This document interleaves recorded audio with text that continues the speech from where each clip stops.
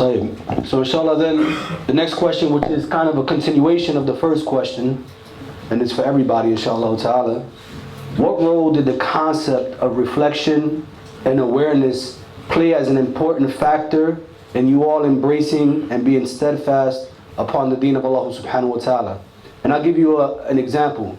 For myself, when I accepted Islam, I accepted Islam with conditions, right? Unfortunately, that's just where I was at that point in my life. When we went to the brother's house who was talking to us about Islam, and it was me and two other friends of mine, and we were convinced that Tawheed and believing in Allah subhanahu wa ta'ala was the correct way, because like Brother Mujahid, I also doubted worshipping Jesus and stuff like that as well. But my friends, they were very excited, mashallah. They were like, we need to take Shahada, we need to become Muslim, we need to go ahead. And I was like, okay, hold on, slow down, hold on. You know, subhanAllah, we just learned about Islam. We're just learning about the religion. We've only been reading about it for about a month or so. We watched the movie The Message. Mashallah, it was a decent movie, alhamdulillah, you know. But I still was out there in the streets doing what I was doing. So I told the guy, I said, okay, give me Shahada. I told him, I said, but I got conditions. Don't tell me what to do. Don't tell me how to do it, when to do it. I'm a man, leave me alone. I'm going to accept your faith, but don't tell me what I have to do and when I need to do it. But subhanAllah, maybe about 6 months later, right? I was out with some friends, like we are here, sitting today, right? And we're drinking, smoking marijuana, partying. This is where I was at. And we're sitting on my porch in front of my father's home. I'm doing this at my father's home, subhanAllah. My father's upstairs sleeping in the bed. And I'm outside smoking marijuana, drinking beer.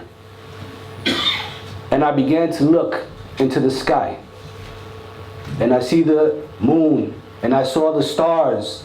And the story of Ibrahim jumped into my mind. About him with his people and saying, this is my Lord. And when the one covered the other, no, this can't be my Lord. Until the end of the story. And I began to reflect and think. And at that point I said, subhanAllah, if I don't change now, Allah subhanahu wa ta'ala is going to destroy me. It was that moment of reflection for me that I stopped smoking weed. I stopped drinking alcohol. I stopped hanging out with my friends. Actually, at that moment, I actually told my friends, get up and get out of my house.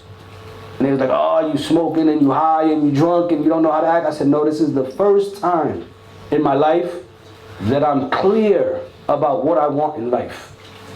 And that's to worship Allah subhanahu wa ta'ala. You all have to leave.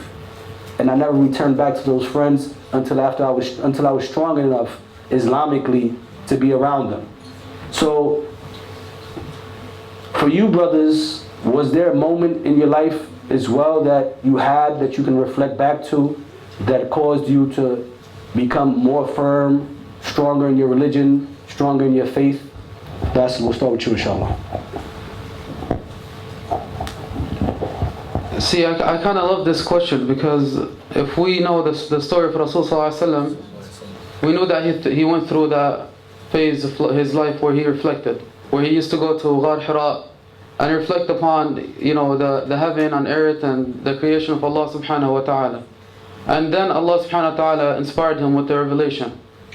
And for me, I'm always reflecting, you know, as I came here, and what helped me really have, you know, utilize my reflection is memorizing the Quran. Alhamdulillah, I was able to read the Quran and understand it, because I know the Arabic language, alhamdulillah. And I always loved the Arabic language. I love the deep meaning of the Arabic language. So being a person who used to memorize the Quran, I would always reflect upon the ayahs of Allah subhanahu wa ta'ala. And the ayahs that really helped me make the right choices is the ayahs of the punishment of Allah subhanahu wa ta'ala. You know? So when you hear about the punishment of Allah subhanahu wa ta'ala, and that the consequence of the sins is the severe punishment of Allah subhanahu wa ta'ala, it really keeps you occupied with really reflecting upon the consequences. And when you know the consequences of your actions, then you're going to be wise. You know, you're going to do the right thing, bi'idhnillah subhanahu wa ta'ala.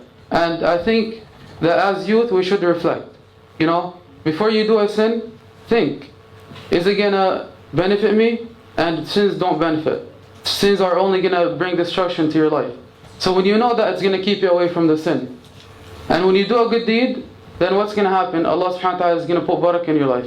Allah subhanahu wa ta'ala is going to put blessing in your lives. So we have to reflect, right?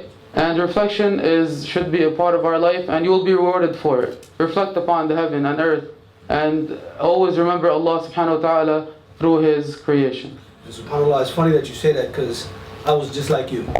When I first began reading about Islam, I was the same way. I said, I put all the books about paradise away, and I got all the books out about hellfire. And I began to read, what's the punishment for this and what's the punishment for that. Because of the life that I was living, I felt that I needed to be scared into obeying Allah subhanahu wa ta'ala. So, alhamdulillah, I'm glad you mentioned that to see, and it helps me to kind of say that, alhamdulillah, I'm not the only one. And alhamdulillah, we had companions who were the same way. Who, mashallah, tabarakallah, they used to ask the Prophet about all of those things, to be able to stay away from those particular sins and transgressions and keep themselves upon the sirat al-mustaqim, mashallah. Brother Abdullah, how about you?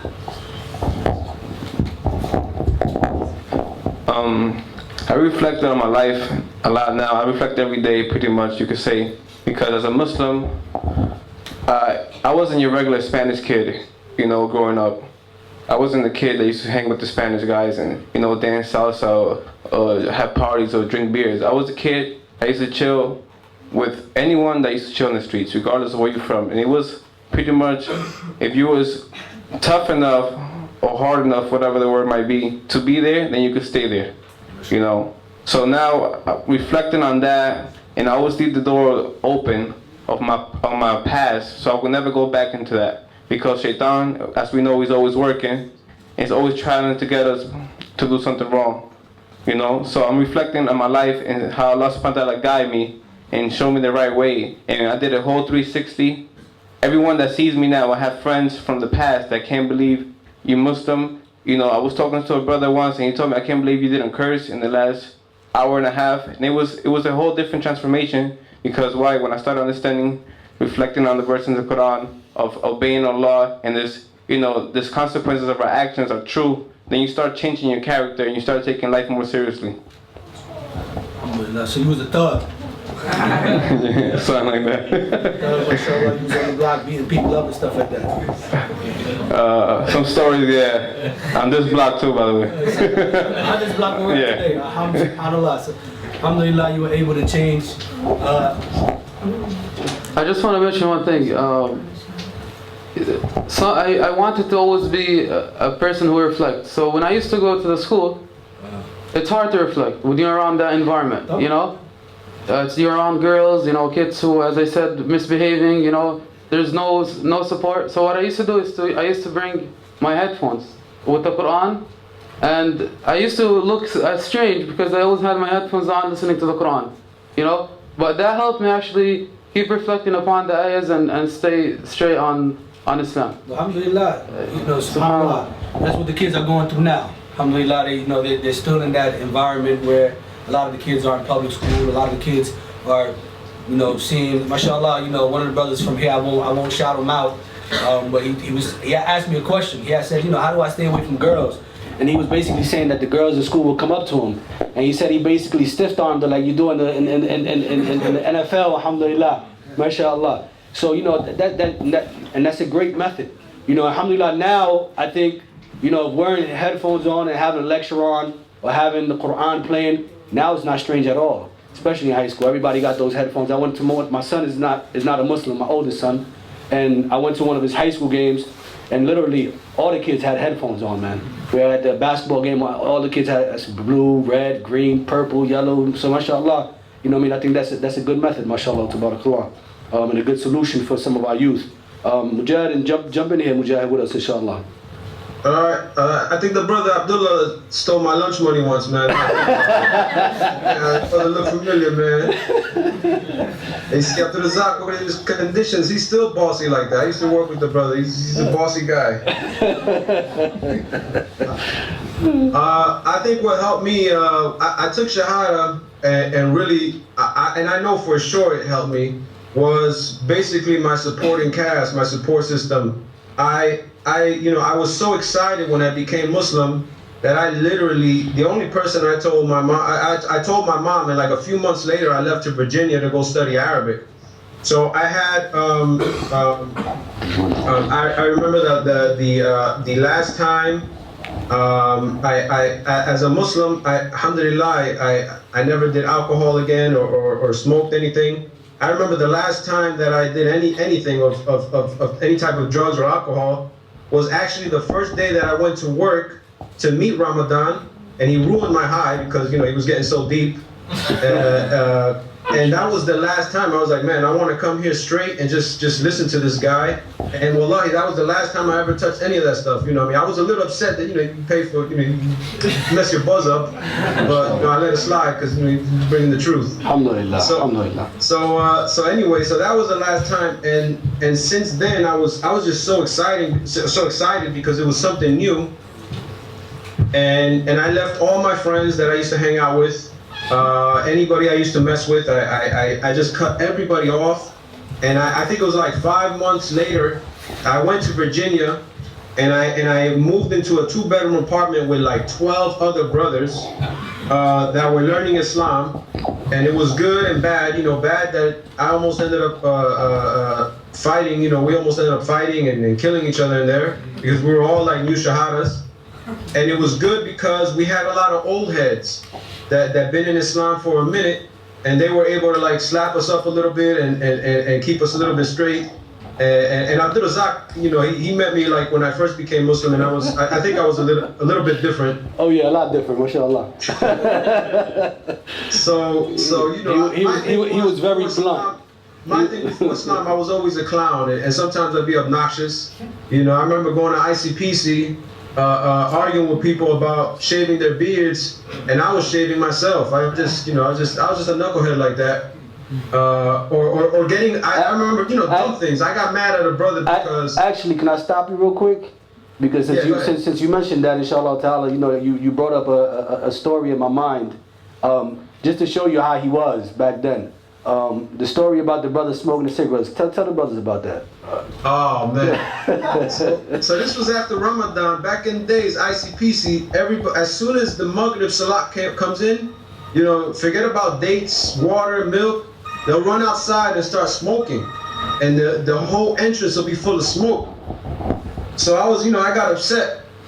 So I went up to a brother, kind of smacked the cigarette out of his hand, and I said, "Look, stop smoking out here." So he took his cigarette, blew smoke in my face, and I was a lot fatter back then, blew smoke in my face and said in a deep Arab voice, he was like, "Shut up, fuck boy." Yeah,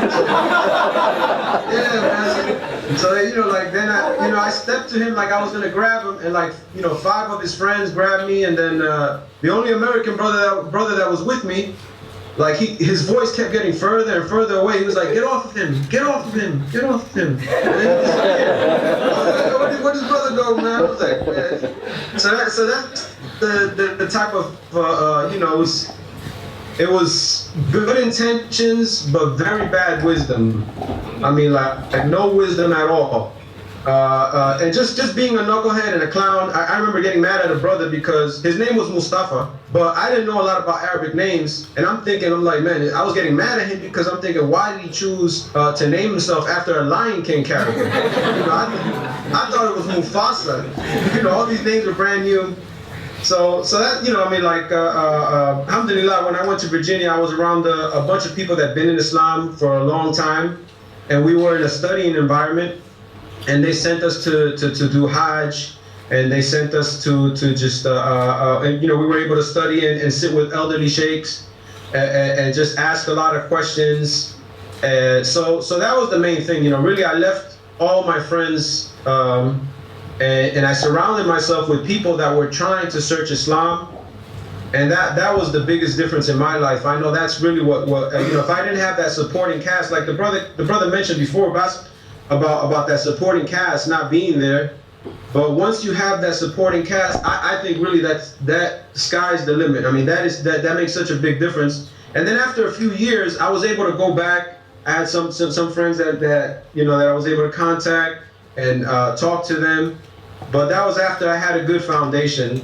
So to me, that's the biggest thing, is just changing your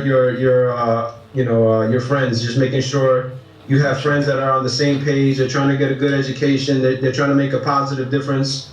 That's going to be the big difference, inshallah. Alhamdulillah, alhamdulillah.